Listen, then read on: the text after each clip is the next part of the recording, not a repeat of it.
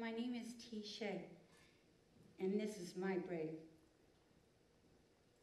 I have hemischizophrenia and anxiety and depression.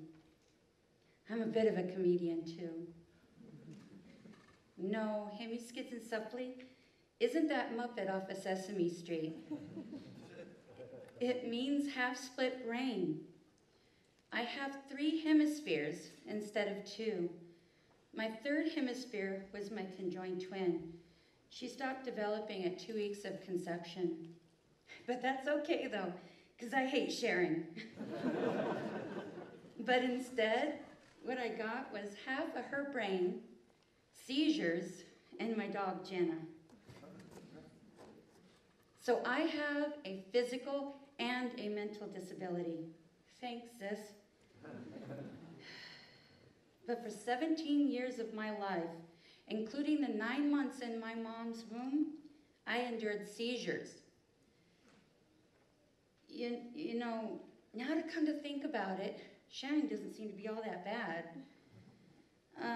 As a kid, though, I had up to 50 seizures a day. They pretty much took over my life, and when I had to seize, help wasn't very far behind.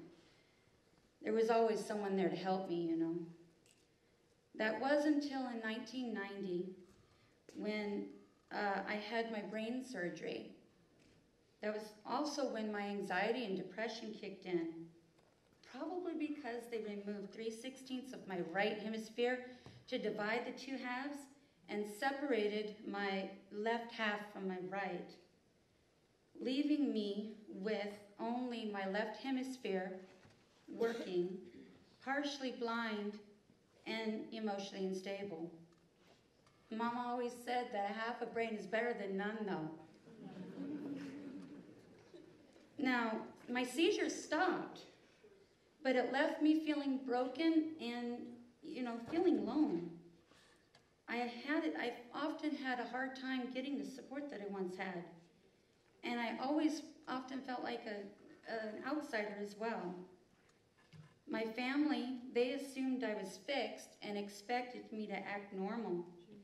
I didn't feel normal, though, and socializing was a huge challenge, and still is. So I hid my fears by being overly chatty and being funny to help me forget my pain.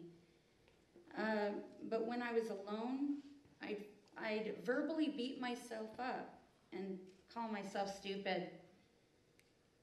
So I began to bottle my feelings until I couldn't anymore, and then I would explode. And this would even leave me feeling even more guiltier than before. You see, seizures are much different than a meltdown.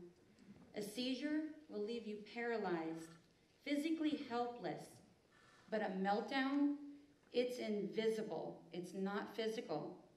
It's mental. It's something someone feels deep inside that the rest of the world cannot see. And that is until that person has a breakdown. Sadly, society has shaped our expectations on how we should act in public. And if we can't, well, then we are just treated differently. This is when I learned that I was not alone, that mental disabilities are more common than what we think. And we all have similar symptoms, but in different forms. So in 2004, I decided that I was going to move from Arizona to Michigan to become a desert rat lost in a mitten. I needed to break away from that stigma that held me different and find my own path. But by this time, life had turned me sour. And it didn't help any that from the beginning, all I knew was struggle and pain.